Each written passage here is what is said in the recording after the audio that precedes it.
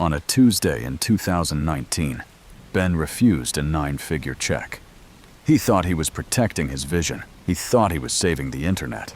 He didn't realize that in Silicon Valley, no isn't a negotiation. It's a suicide note. There is a concept in antitrust law called the kill zone. It refers to the blast radius around the tech giants: Google, Apple, Facebook, Amazon. If you build a startup inside the kill zone, you have 2 options. Option A, you let them buy you. You take the money, you hand over your code, and you disappear into the machine. Option B, you try to compete. Before we dive in, make sure to subscribe to Silicon Valley Confidential so you never miss the unfiltered reality of the industry. And tell us in the comments, which city or tech hub are you watching or operating from today? Meet Ben, 26 years old. He was a product puritan. He didn't care about ad revenue. He cared about clean code and user privacy. He built Vantage. Vantage was a travel discovery engine. It was what Google Maps used to be before it got cluttered with sponsored pins and promoted restaurants. It was beautiful. It was fast. And for 18 months, it was the fastest growing app in the App Store. Ben thought he had built a Google killer. He didn't know that Google was watching his server logs, and they were sharpening the knife. 2018. The golden era of the consumer social app. Vantage started as a side project. Ben was an ex-designer from Airbnb. He hated how hard it was to find authentic travel spots. He wrote the first version of Vantage in Swift, fueled by cold brew and resentment. The premise was simple. Search without the noise. No ads, no SEO spam. Just recommendations from people you actually trust. It caught fire. First, it was the tech Twitter crowd. Then, the travel bloggers. Then, the normies. DAU, daily active users, hit 50,000. Then, 500,000. Investors started circling like sharks, smelling blood in the water. Ben raised a Series A. $12 million. Valuation, $60 million. The TechCrunch headline read, "Is Vantage the first real threat to Google Local?" That headline was the worst thing that could have happened to him. It put a target on his back. Inside the Vantage office, the vibe was electric. They moved into a converted warehouse in the Mission District. It smelled like fresh espresso and unfinished wood. They bought the Herman Miller chairs. They stocked the fridge with localized kombucha. They felt invincible. Ben was standing on a desk, addressing his team of 20 engineers. Google is an ad company. We are a product company. They can't copy us because their business model requires them to show ads. We are structurally different. We are safe. It was a brilliant argument. It was logical. But war isn't logical. And Ben was about to learn that when you fight a monopoly, logic doesn't matter. Leverage does. And Google owns the leverage. Google owns the browser. Google owns the operating system. Google owns the search bar. Ben was building a house in someone else's backyard, and he was bragging about the view. The call came on a Thursday. It wasn't an email. It was a personal call to Ben's cell phone from a blocked number. It was the SVP of Geo at Google. Let's call him Gavin. "Ben, we love what you're doing. Larry and Sergey are impressed. We think there's a lot of synergy. Why don't you come down to the Plex? Let's grab lunch." In the Valley, this is called the sniff test. They frame it as a partnership discussion. In reality, it's corporate espionage 101. They want to see your team. They want to see your fear. They want to know if you are a missionary or a mercenary. Ben took the meeting. He brought his co-founder, Sarah, the CTO. They were led into a conference room named Don't Be Evil. The irony was thick enough to cut with a knife. Gavin didn't waste time with small talk. He laid out the landscape. Travel is a hard category, Ben. Margins are thin. Customer acquisition cost, CAC, is rising. You guys are doing great organic growth now, but what happens when that plateaus? You'll have to buy ads. And guess who you buy ads from? He smiled. A shark's smile. You buy them from us. It wasn't a partnership offer. It was an acquisition offer. We want to bring Vantage into the Google family. We'll keep the brand. We'll put you in charge of the local discovery unit. The number was written at the bottom. $100 million. Cash and stock. Ben was 26. He owned 40% of the company. That piece of paper was a $40 million winning lottery ticket. The air in the room went still. Most people take the money. Instagram took the money. WhatsApp took the money. Waze took the money. It's the rational choice. You secure generational wealth. You buy the house in Atherton. You become an angel investor. But Ben remembered why he started Vantage. He remembered the clutter, the ads, the manipulation. If he sold to Google, Vantage would just become another feature inside Maps. It would be strip mined for data and then shut down. He looked at Gavin. I appreciate the offer, Gavin, but we're not for sale. We think Vantage is $1 billion company. Gavin didn't get angry. He didn't shout. He just nodded, like a disappointed father. He closed his notebook. I understand, Ben. It's a big vision. He stood up. But you have to understand something. Google Maps is a utility, like water, like electricity. People don't want a separate app for water. They just want to turn on the tap. He walked them to the door. Good luck with the Series B, really. I hope you guys make it. Walking back to the parking lot, Ben felt a rush of adrenaline. He felt like a hero. He had stood up to the empire. He had proven his integrity. Sarah was quieter. She was doing the math. Ben, she said, he wasn't wishing us luck. That was a threat. Ben laughed it off. They can't build what we have. It would take them 2 years to rewrite their legacy code. Ben was right about the code. It would take Google years to rebuild Vantage from scratch. But Ben forgot one thing. Google didn't need to rebuild it. They just needed to copy the interface, and they didn't need to make it better. They just needed to make it default. 6 months passed. The offer was a distant memory. Vantage was flying. They launched in London. They launched in Tokyo. They were featured in the App Store App of the Day 3 times. Traffic was exponential. The servers were melting. Ben felt vindicated. He was the king of travel. Then came the update. It was a Tuesday in October. Google announced a refresh to the Google Search mobile experience. No press release. No big keynote. Just a blog post. Mike, the lead iOS engineer, saw it first. He dropped his spoon. Ben, you need to come see this.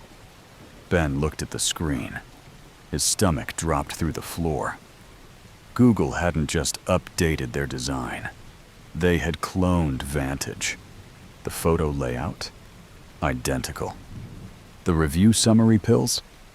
Identical. The vibe check feature that Ben had trademarked? Google called it atmosphere. It was pixel for pixel plagiarism. But it was worse than plagiarism. Previously, when you searched for best sushi, Google gave you 10 blue links. Vantage was usually the first or second link. Now, Google pushed the 10 blue links down. Below the fold, the entire top half of the screen was the new Google Atmosphere widget. Ben scrolled and scrolled. Vantage wasn't number 1 anymore. Vantage was on page 2.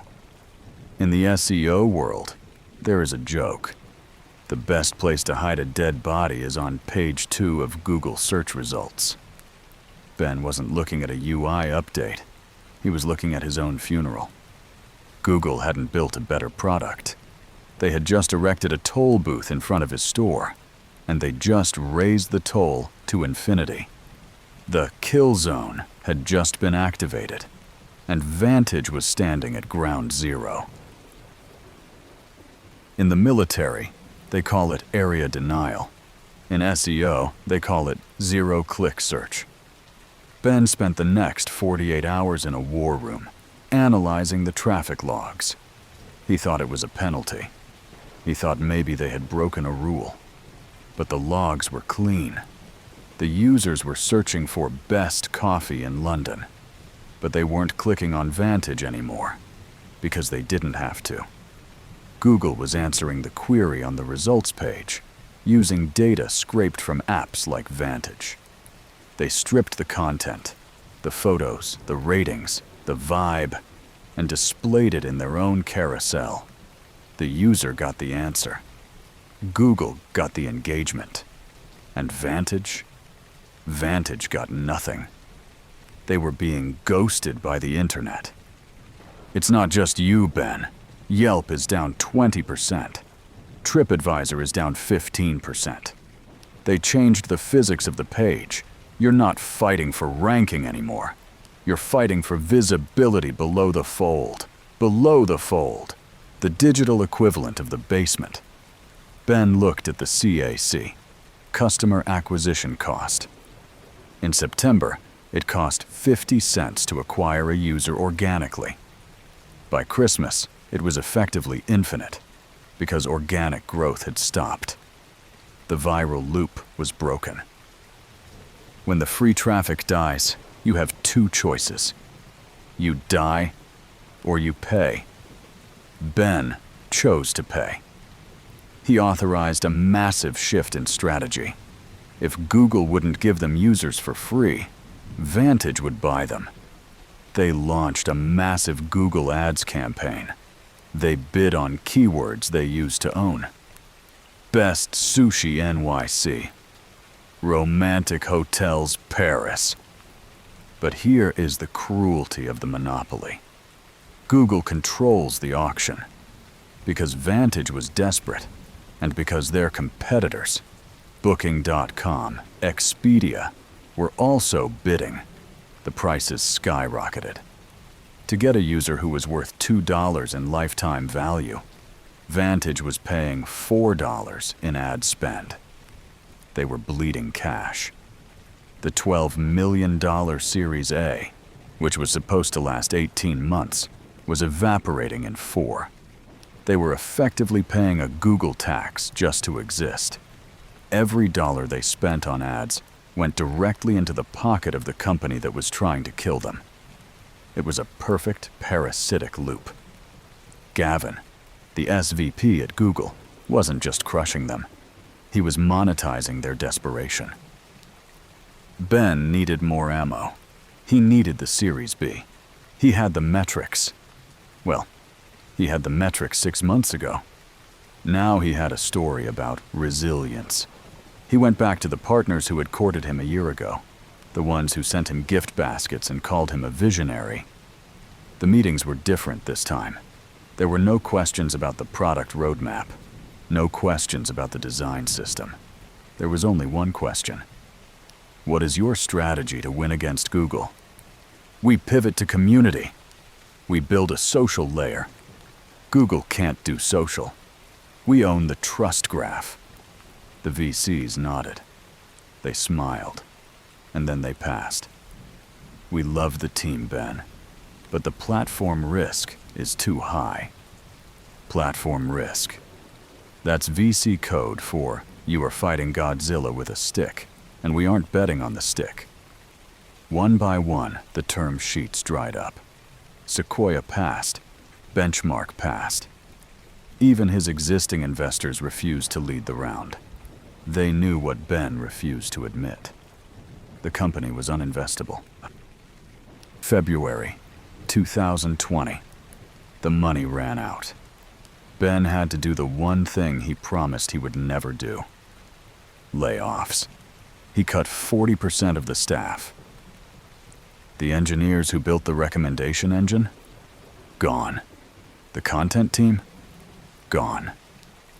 Sarah, his co-founder, stayed, but she stopped coding.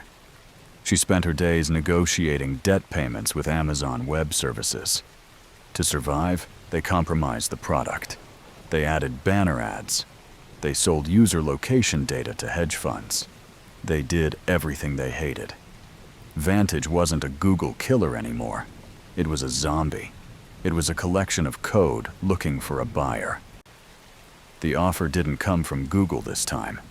Google didn't need to buy them. They had already won. The offer came from a legacy travel conglomerate. Let's call them Travel Corp. They didn't want the brand. They didn't want the vision. They wanted the engineering team. An acqui-hire. The price, $12 million. It sounds like a lot of money. But in venture capital math, it is a tragedy. The investors had a 1x liquidation preference. That means they get their money back first. They put in $12 million. They got back $12 million. The employees with stock options, their shares were worth zero. Ben's 40% equity, zero. 3 years of work, the stress, the sleepless nights, the hockey stick, all for zero. He signed the papers on a Tuesday, the exact same day of the week he had refused the $100 million offer 2 years earlier. The ink was still wet when he got the notification.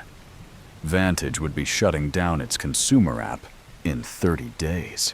The team would be moved to back-end optimization for Travel Corp. In Silicon Valley, we love the story of the garage inventor, the rebel, but we ignore the reality of the empire. Google didn't beat Vantage because they were smarter. They didn't beat them because they worked harder.